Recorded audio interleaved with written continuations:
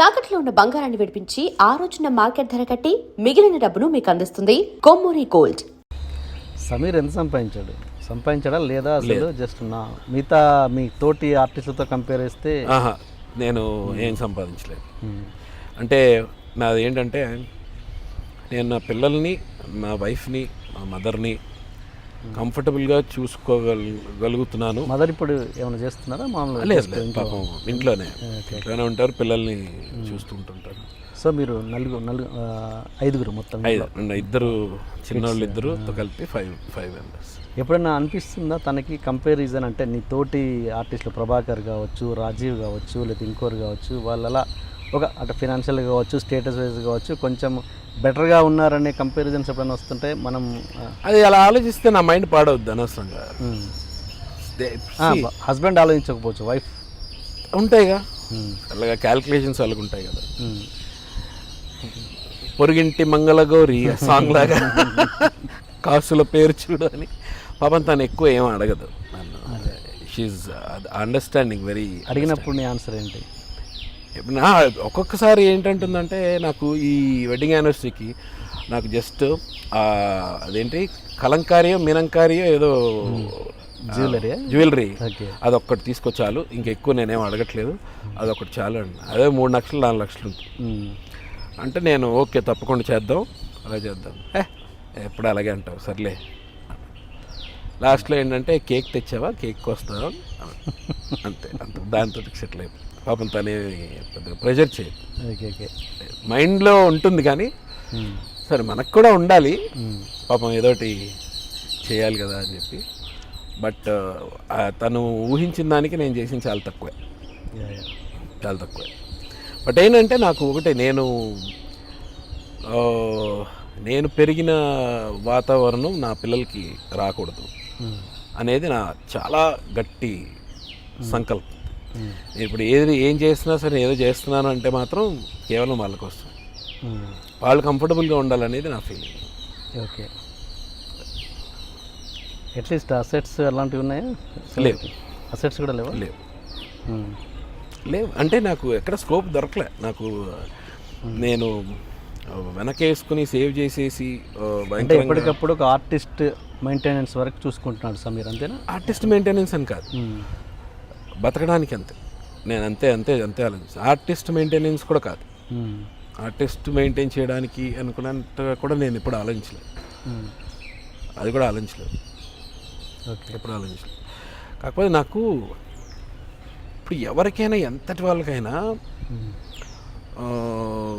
ఏదో యాన్సెస్ట్రల్ ప్రాపర్టీయో, కనీసం ancestral properties కాకపోయినా ఫాదరు సంపాదించిన దాంట్లో ఏదైనా ఒక వాటానో ఓ రూపాయో ఏదో ఒకటి వస్తూ ఉంటుంది, అంతే కదా. నాకు అది ఎక్కడ స్కోప్ లేదు. నేను సంపాదించిన ప్రతి 1 రూపీ నేనే సంపాదించిందే. ఈ అంటే ఇప్పుడు ఒక స్టేజ్లో మా మదర్ వచ్చినప్పుడు హైదరాబాద్కి నేను ఎక్కడ ఉంటున్నానో చూడడానికి వచ్చారు. వస్తే సికింద్రాబాద్ స్టేషన్ నుంచి బైక్ మీద తీసుకొచ్చాను మా మదర్ని. సూట్ కేసు ముందర పెట్టుకుని బైక్ మీద తీసుకొస్తే మధ్యలో వర్షం పడింది. వర్షం పడితే ఒక బస్ స్టాప్ దగ్గర ఆపి చూశాను.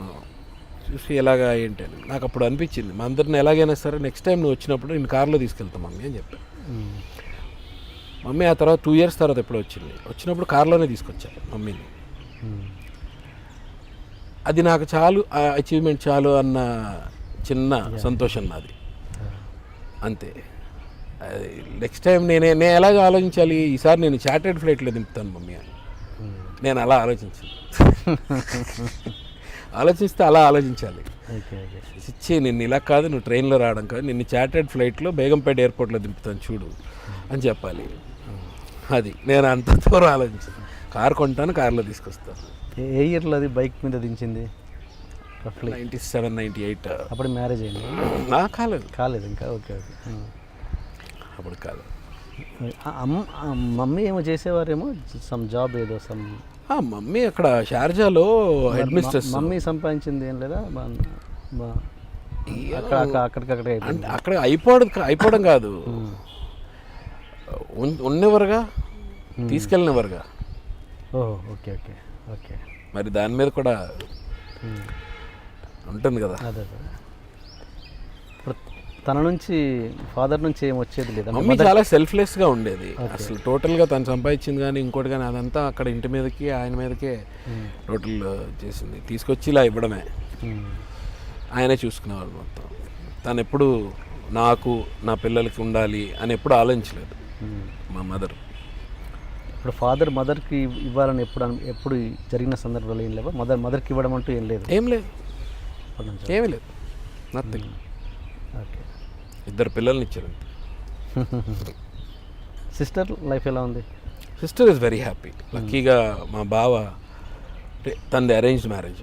మా బావే మా సిస్టర్ని ఎక్కడో చూసి ఇంటికి వచ్చి అప్రోచ్ అయ్యి మా మదర్తో మాట్లాడి, అప్పుడు నేను ఇక్కడ ఉన్నాను, మదర్ వైజాగ్లో ఉన్నారు, ఓకే, చెల్లి మదర్ ఉండేవాళ్ళు. అప్పుడు మా మదర్ దగ్గర వచ్చి మాట్లాడి నేను మీ అమ్మాయిని పెళ్లి చేసుకుంటానని చెప్పి, ఆయన బ్రాహ్మణే. అంటే మా మదర్ ఏమో, మా సిస్టర్ కూడా ఒప్పుకుంది. తర్వాత నాకు చెప్పారు, ఇలా ఇలా వచ్చి చూడాలి ఒకసారి అంటే. నేను చూసాను, ఆ అబ్బాయి బాగున్నాడు, మంచి గుడ్ ఫ్యామిలీ, అంతా సెట్ అయింది అనేసరికి నేను okay done, no problem. Okay, నేను చాలా గర్వంగా చెప్తాను, నేనే చేశాను మా సిస్టర్ పెళ్ళి. ఓకే, నా పెళ్ళి కూడా నేనే చేసుకున్నాను. కట్నం తీసుకున్నారా? కట్నమా? సమీర్ కాదు, లేదు, బావలేదు అసలు, జీరో అసలు. ఈ రోజుకి ఏంటంటే నాకు మంచి స్ట్రాంగ్ పిల్లర్. ఓకే, ఏం పర్వాలేదు నేను ఉన్నాను అని చెప్తుంటాడు. పిల్లలా తనకి? ఇద్దరు పిల్లలు. అంటే తను షీఈ్ నౌ 15-16, కూతురు, కొడుకు 12 అనుకుంటాను. సిటీలోనా? లేదు, అబుదాబిలో ఉంటారు. ఇతిహాద్ ఎయిర్లైన్స్లో వర్క్ చేస్తున్నారు బావ. ఓకే, చెల్లి బావ, they are fantastic. Okay, okay, they are very happy. ఎప్పుడైనా అంటే ఇది జెన్యున్గా చెప్పు సమీర్, నేను అంటే ఎప్పుడైనా ఏ సిచ్యువేషన్లో ఒక వైఫ్గా తను ఎప్పుడైనా రిగ్రెట్ ఫీల్ అయిందా సమీర్ పెళ్లి విషయంలో? ఎందుకు చేసుకున్నానా? యా, నాకు తెలిసి రోజుకి ఒకసారి ఫీల్ అవుతుంటుంది. సీరియస్లీ? రోజుకి ఒకసారి ఫీల్ అవుతుంటుంది, చెప్పదు కానీ, బయటికి చెప్పదు కానీ రోజుకి ఒకసారి ఫీల్ అవుతుండే. ఎలా అనిపించింది ఆ విషయం? అలా ఎందుకు అనిపించింది? వేరియస్ రీజన్స్ అంటే కరెక్ట్గా ఎందుకు చేసుకున్నాను రా బాబు అని ఫీల్ అవ్వడం, లేకపోతే ఇంకొక దగ్గరికి వెళ్ళి ఉంటే ఇంకొంచెం బెటర్గా ఉండేదేమో అని ఉంటుంది కదా, చిన్న ఫీలింగ్. బట్ నీకు లవ్ విషయంలో మాత్రం ఎటువంటి, నా సైడ్ నుంచి ఎటువంటి దోకా ఉండదు. The way I love her, I keep on loving her. మా ఉన్న అండర్స్టాండింగ్ కానీ అది కానీ never. She's very very happy, very very. అంటే చాలా విషయాల్లో నన్ను అడుగుతుంటుంది, ఏం చేద్దాం, ఎలా చేద్దాం అని చాలా విషయాల్లో అడుగుతుంటుంది. తను షీఈ్ అ బెటర్ ప్లానర్ నాకన్నా, మచ్ బెటర్ ప్లానర్. తను నాకన్నా బాగా చదువుకుంది ఇన్ ఆల్ ద ఆస్పెక్ట్స్. నాకు తెలిసి తనకి, నాకు అయితే ఏంటంటే కొన్ని విషయాలు ఒక కామన్ సెన్స్ తోటి ఆలోచించే కొన్ని విషయాలు మాత్రమే నేను చెప్తుంటాను తప్ప, మిగిలినవన్నీ తనే. తనేంటి జాబ్ చేస్తుంటారా ఏంటి? She's working. ఓకే, ఏంటి సాఫ్ట్వేర్? సాఫ్ట్వేర్ మొన్నటి వరకు డెలాయిట్లో వర్క్ చేసింది, ఇప్పుడు ఇంకొక ఫర్మ్లో రీసెంట్గా జాయిన్ అయింది. Okay, okay. ఫ్యామిలీ టాపిక్ వచ్చాయి కాబట్టి ఫ్యామిలీ టాపిక్ ఫినిష్ చేద్దాం ఫస్ట్. మామూలుగా సమీర్కి పెళ్ళయిన తర్వాత ఉండే అఫేర్స్ మీద అభిప్రాయం ఏంటి? అఫేర్సా? పెళ్ళైన తర్వాత ఉండే అఫేర్స్ మీద అంటే ఇప్పుడు సుప్రీంకోర్టు లీగల్ చేసినట్టు. ఓకే, ఇంకా హ్యాపీయా సమీర్? చిచ్చి అదేం లేదు కానీ, అంటే అఫేర్స్, పెళ్ళైన తర్వాత అఫేర్స్ మీద నాకు పెద్దగా అభిప్రాయం లేదు. బికాజ్ ఉండకూడదు, జనరల్లీ అయితే ఉండకూడదు. సీరియస్లీ సమీర్ అంటున్నాడు? నిజంగానే అఫేర్స్. ఇప్పుడు మా మిస్సెస్కి కూడా తెలుసు నేను అఫేర్స్ అవి మెయింటైన్ చేయను. గర్ల్ ఫ్రెండ్స్ ఉంటారని తెలుసు. నిజమా? సీరియస్గా నేను ఎక్కడికి పారిపోను, నేను ఒక వేరే ఇల్లు పెట్టేసుకోవడం కానీ, అది వేరు. అది అదే అఫేర్ అంటే ఎట్లా ఉంటుంది? ఇల్లు పెట్టి సెటప్ పెట్టేది కాదు అఫేర్ అన్నది. అంటే సీరియస్గా వెళ్ళినాని ఓకే. మెయిన్ రీజన్ ఏంటంటే నేను ఎక్కడ ఎవరు సీరియస్గా వెళ్ళను. నేను జోవియల్గా సరదాగా లైన్ చెప్పు నాకు. ఏది సీరియస్గా వెళ్ళాలంటే ఏంటి? ఫ్రెండ్స్ ఉంటారు, జనరల్ ఫ్రెండ్సే అంతే తప్ప ఒక బార్డర్ గీసి ఉంటుంది అంతే, దాన్ని దాటి వెళ్ళడం సమస్య లేదు. ఓకే, అంతే. సో సమీర్ సెక్సువల్ రిలేషన్స్ ఎవరికి తోటి లేవు? No way. ఇది మాత్రం ఏంటంటే నేను ఎక్కడ కోర్స్ ఇది పర్సనల్ విషయం, నేను అడగొద్దు, బట్ నిజంగా అంత కాన్ఫిడెంట్ నువ్వు చెప్తున్నా అంటే నాకు డౌట్ వచ్చింది. లేదు నేను పెట్టుకోను, ఎందుకంటే అవి తర్వాత ఎక్కడికో లీడ్ చేస్తాయి. ఈ రోజుల్లో ఇంకా డేంజరు అది అసలు. ఎందుకంటే ఇప్పుడు బాగానే ఉంటుంది, కొన్నాళ్ళు పోయిన తర్వాత ఏదో ఒక విషయంలో ఒక డిఫరెన్సెస్ వస్తాయి కదా.